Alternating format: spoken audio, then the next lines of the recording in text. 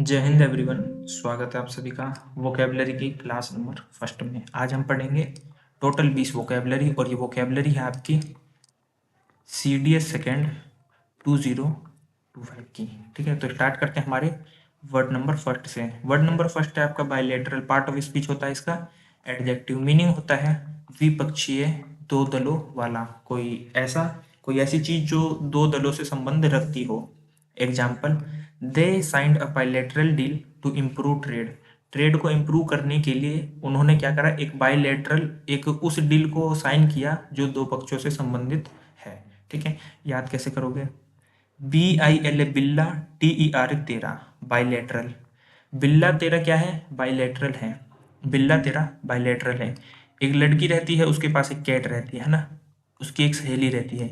जब उसकी सहेली उसके घर जाती है तो इसका जो बिल्ला है ना, इसका जो कैट है, वो इसके गोदी में जाके बैठ जाता है। तो ये पता है क्या कहती है अपनी सहेली से? बिल्ला तेरा बायलैटरल है, दो पक्षों वाला है। तेरे पास भी रहता है, मेरे पास भी रहता है। ठीक है, दो पक्षों वाला है। बिल्ला तेरा बायलैटरल है। याद हो गया ये वर्ड? नेक्स्ट पे आओ।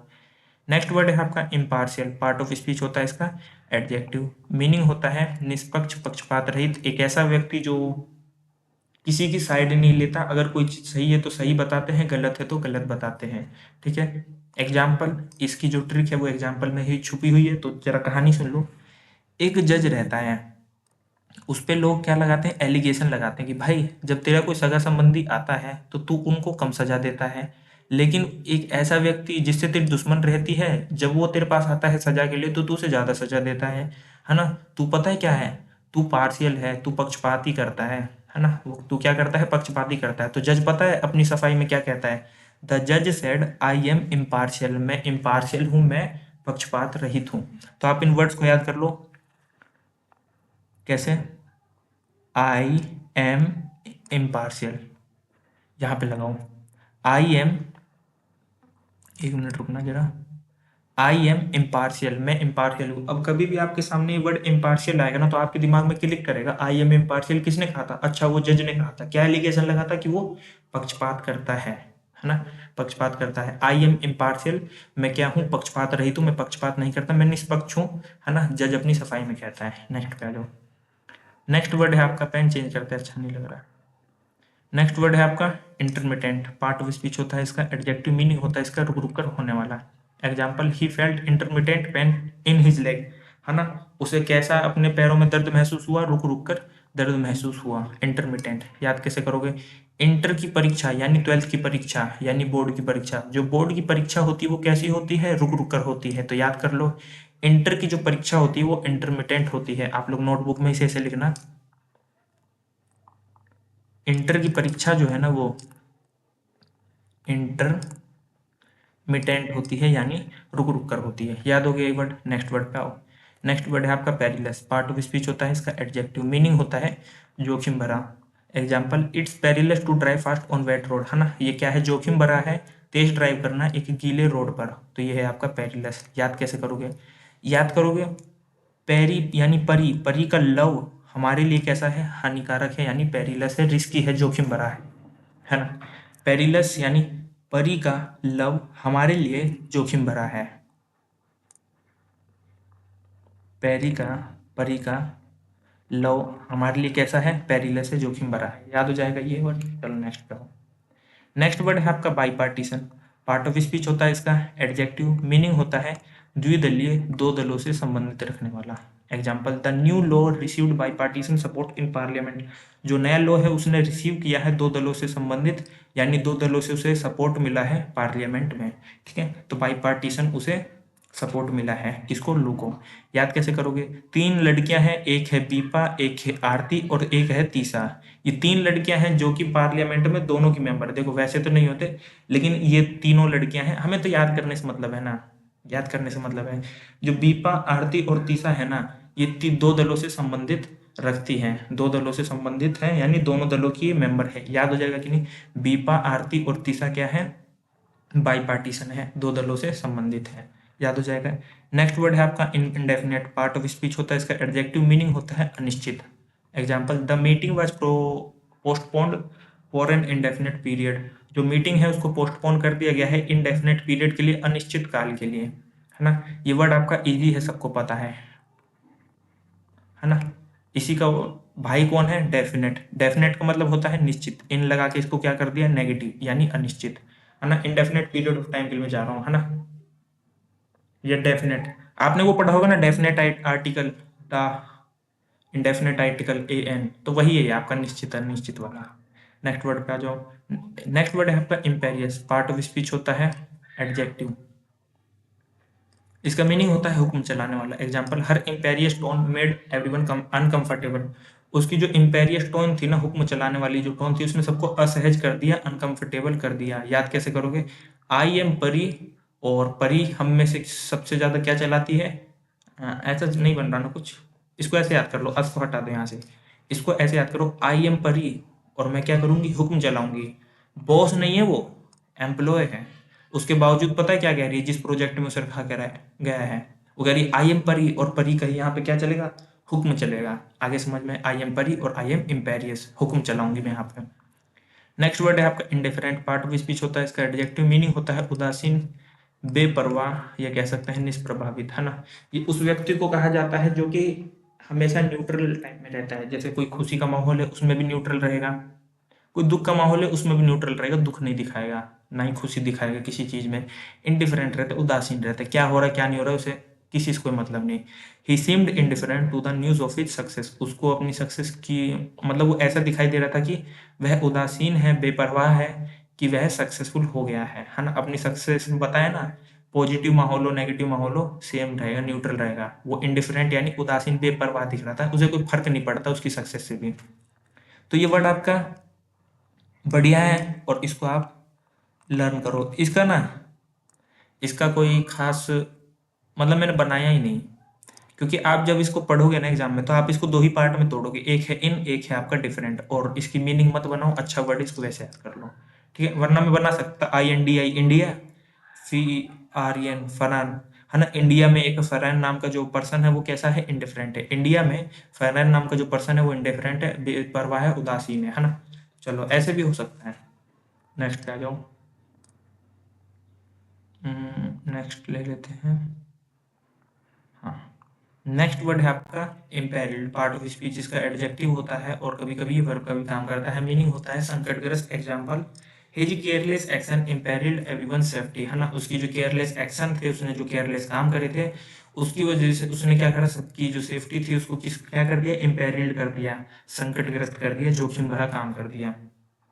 चलो याद कैसे करोगे, वही परिणाम की अब बच्ची रहती है जो सीडीएस की तैयारी करने आई है ना। सीडीएस की तैयारी करने आई है और वो पता है बहुत ज्यादा रील देखती है, तो वो एक दिन अपनी सहेली के पास जाती है और कहती है आई एम परी, लेकिन परी जब परी की जो रीलें देखने की आदत है ना, ये क्या है, संकटग्रस्त है उसके फ्यूचर के लिए। क्या बोलती है, आई एम परी, लेकिन परी की जो आर ए डब्ल्यू एल रीले देखने की जो आदत है ना, ये क्या कर देगी, इसके फ्यूचर को संकटग्रस्त कर देगी। याद हो जाएगा, नहीं हो जाएगा। चलो नेक्स्ट वर्ड है आपका डिसइन्वेस्टेड, पार्ट ऑफ स्पीच होता है, वर्ब मीनिंग होता है निवेश वापस लेना। Example, the company disinvested from unprofitable project, जो कंपनी है उसने अपना निवेश वापस ले लिया अनप्रॉफिटेबल जो उसके प्रोजेक्ट से, है ना, जो उसको प्रॉफिट प्रोवाइड नहीं कर रहे थे। इजी वर्ड है कि नहीं, इन्वेस्ट करते हो आप मनी को यानी निवेश करते हो, डिस लगा के उस वर्ड को नेगेटिव बना दिया यानी निवेश वापस कर लिया। आपने मनी को इन्वेस्ट किया यानी दिया, डिसइन्वेस्ट किया यानी वापस ले लिया, सिंपल सी बात है। जैसे कि ऑनेस्ट का मतलब ईमानदार, डिस लगा दिया तो नेगेटिव, डिसऑनेस्ट बेईमान, वही है। इजी वर्ड है आपका, याद हो जाएगा। चलो नेक्स्ट वर्ड है आपका एंटीपैथी, पार्ट ऑफ स्पीच होता है नाउन, मीनिंग होता है इसका घृणा, नापसंद।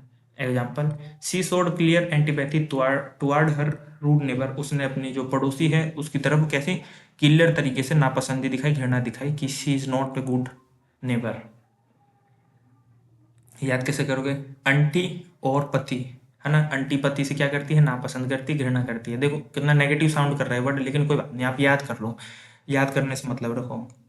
नेक्स्ट वर्ड है आपका sympathy, part of speech noun होता है, मीनिंग होता है सहानुभूति, ये कह सकते हैं हमदर्दी। Example, they sent a card to express their sympathy, उन्होंने कार्ड सेंड करा, अपनी सिंपैथी उनकी सहानुभूति थी, हमदर्दी दिखाने के लिए उन्होंने एक कार्ड भेजा है।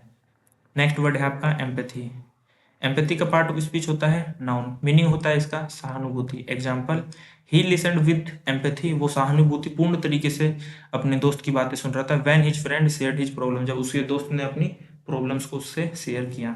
ठीक है, अब देखो सिंपैथी का और एम्पैथी का दोनों का मीनिंग होता है सेम, लेकिन एक छोटा सा डिफरेंस आता है, वो देख लो जरा। सिंपैथी में है ना, और ये रहा आपका एम्पैथी। एम्पैथी में ना आप दूसरे को दुख को अपना समझते हैं,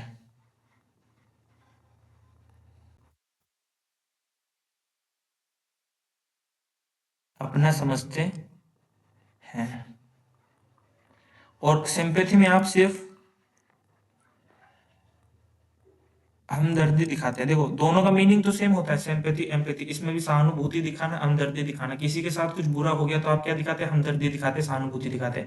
अब मैं थोड़ा सा डिफरेंस क्लियर करता हूँ इनके बीच में।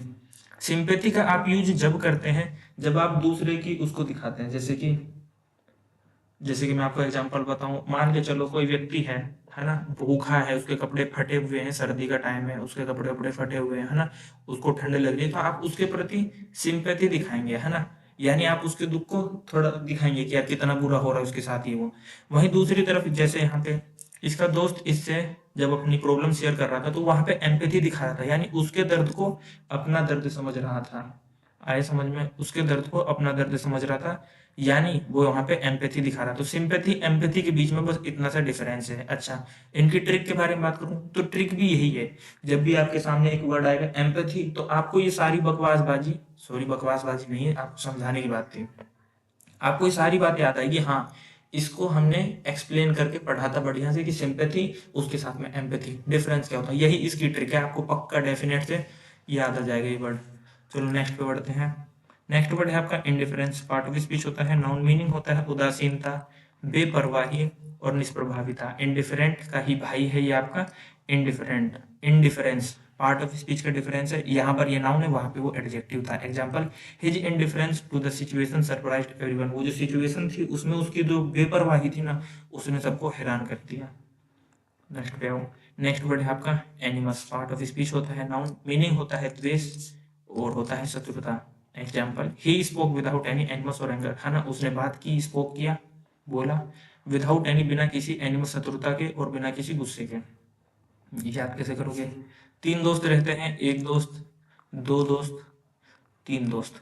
पहला जो दोस्त होता है ना, वो एनिमे फिल्में वगैरह देखता है ना, वो क्या करता है, दोस्त नंबर सेकंड और दोस्त नंबर थर्ड पे आता है, कहता है भाई जो एनिमे है ना, जब ये दोनों एनिमे वर्ड सुनते हैं तो पता है क्या बोलते हैं, भाई एनिमे से हमें क्या है, शत्रुता है, द्वेष है, हमारे सामने इसके बारे में बातें मत करा कर, तेरे को अच्छी लगती है तू देख, अपना चुप रहे, क्यों हमारे सामने आके बकवास करता है जब हमें इससे द्वेष है, शत्रुता है।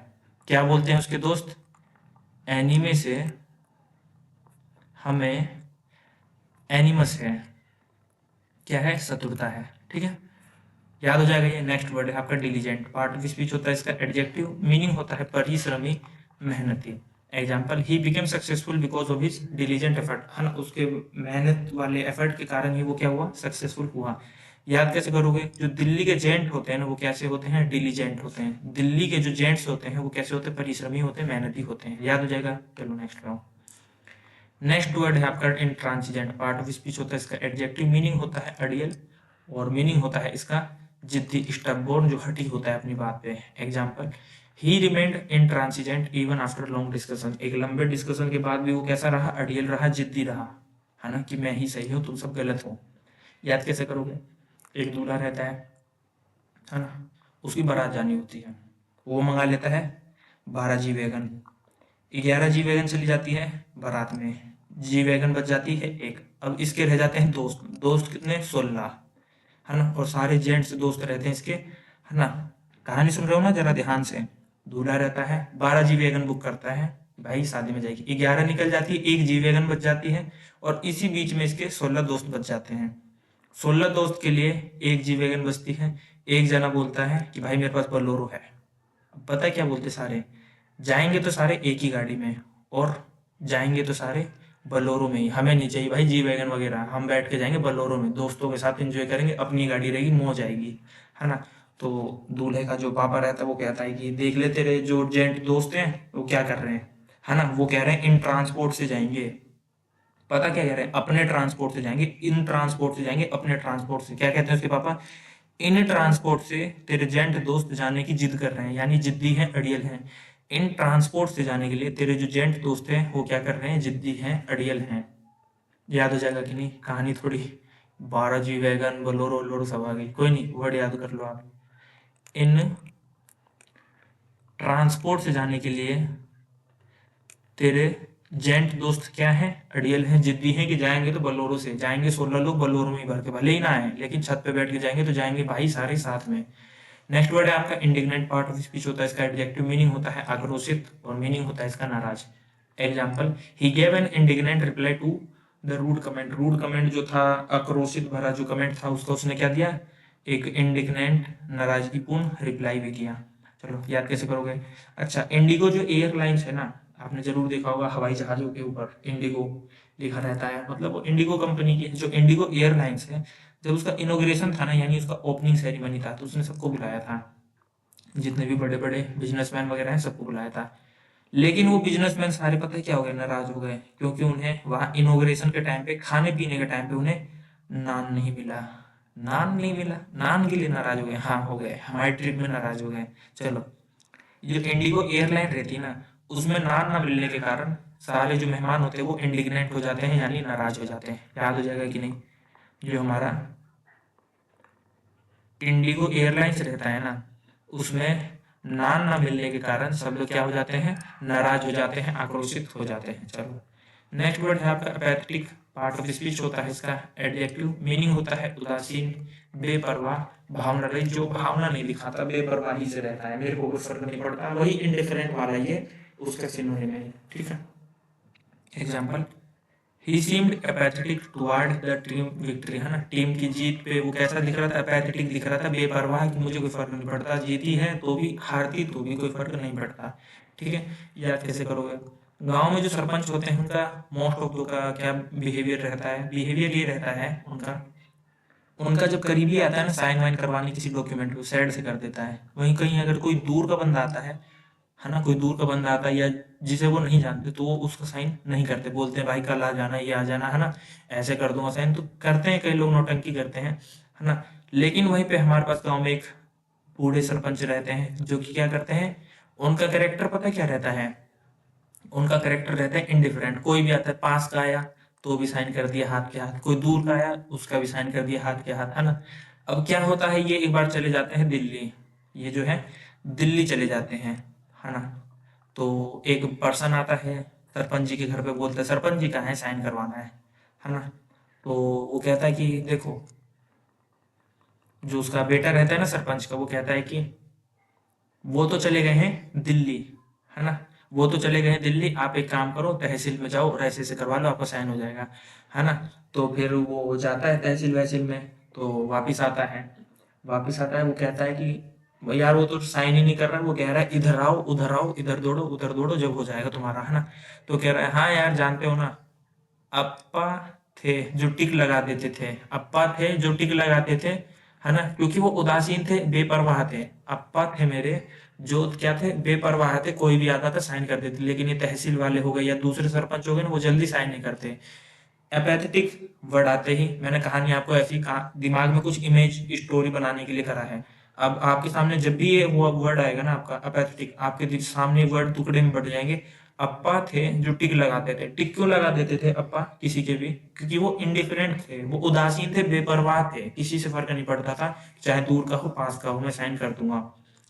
नेक्स्ट वर्ड है आपका indigent, part of speech adjective, part of speech noun, meaning होता है इसका गरीब, इसका मीनिंग होता है निर्धन।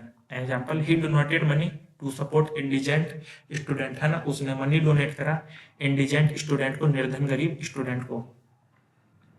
चलो याद कैसे करोगे, INDI, इंडिगो एयरलाइंस में काम करने वाले जो जेंट हैं गरीब तो होंगे नहीं, कितना अजीब ट्रिक बना है, इंडिगो एयरलाइंस में काम करने वाले जो जेंट है वो क्या है, गरीब है, निर्धन है। ऐसा कुछ बन सकता है कि INDI, इंडिया के जो जेंट है वो गरीब है। चलो तुम याद कर लो यार, जैसा तुम्हारा मन करे। INDI, इंडिया के जेंट है वो गरीब है, या फिर इंडिगो एयरलाइंस में काम करने वाले जो जेंट है वो गरीब है, ऐसे याद कर लो। तो 20 वोकैब होती है यहाँ पे समाप्त। उम्मीद करता हूँ आपको सारे के सारे वोकैब हाथ के हाथ याद हो गए होंगे, और अगर आपको याद हो गए, आपको क्लास अच्छी लगी तो एक कमेंट करके जरूर जाएं। धन्यवाद।